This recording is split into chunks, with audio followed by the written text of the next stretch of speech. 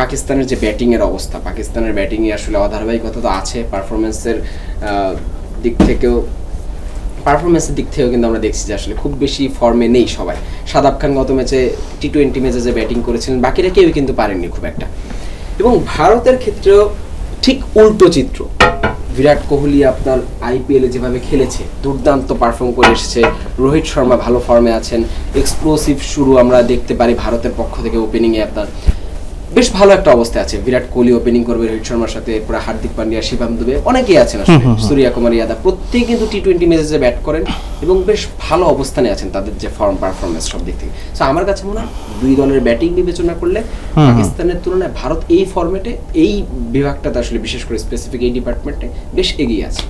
আচ্ছা, আমি যদি একটা কথা বলি যে ভারতের ব্যাটিং নিয়ে আপনি বলছিলেন, পাকিস্তানের ব্যাটিং নিয়ে একটু স্ট্যাট যদি বলি যে আসলে মোহাম্মদ রিজওয়ান কিন্তু সবচেয়ে সফল ভারতের বিপক্ষে। উনি সবশেষ গত 5 বছরে 4টা ম্যাচ খেলেছেন, রান করেছেন 197, এভারেজ 65.66 এবং স্ট্রাইক রেট 123.12।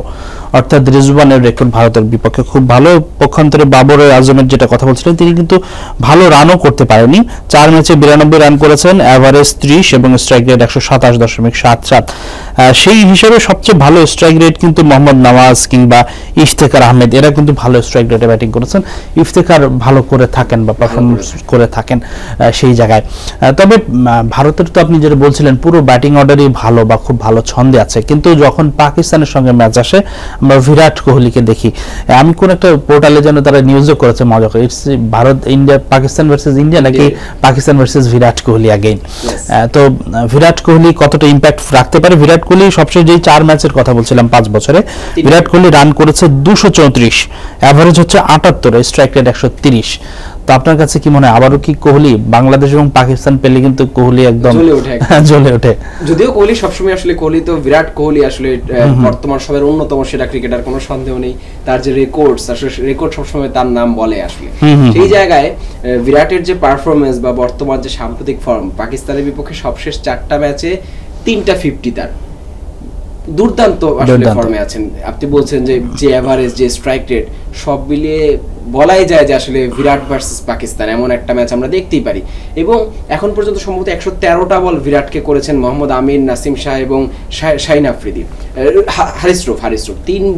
3 পেসার মিলে দেখছিলাম আমি একটু আগে একটা স্ট্যাট, যে 3 বোলার মিলে বিরাট কোহলিকে 113 বল করেছেন, একবারও আউট করতে পারেননি। পক্ষান্তরে আপনার হচ্ছে শাহিন আফ্রিদি মাত্র একবার আউট করেছেন। সো পাকিস্তানি পেসারদের বিপক্ষে তিনি কতটা সাবলীল এবং কতটা ভালো করেছেন সেটা কিন্তু স্পষ্ট। এবং আজকের ম্যাচেও কিন্তু এই জিনিসটা বিরাটের দিকে আসলে তাকিয়ে থাকবে আমার কাছে মনে হয় ভারতীয়রা।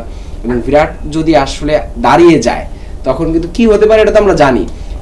এর আগেও তিনি যেভাবে ব্যাট করেছেন, আমার কাছে মনে হয় পাকিস্তানের জন্য আসলে বিশেষ একটা পরিকল্পনা থাকবে পাকিস্তানের পক্ষ থেকে, যে বিরাটকে যদি আর্লি নেওয়া যায়, বিরাটকে যত দ্রুত আউট করা যায় পাকিস্তানের জন্য ভালো হবে।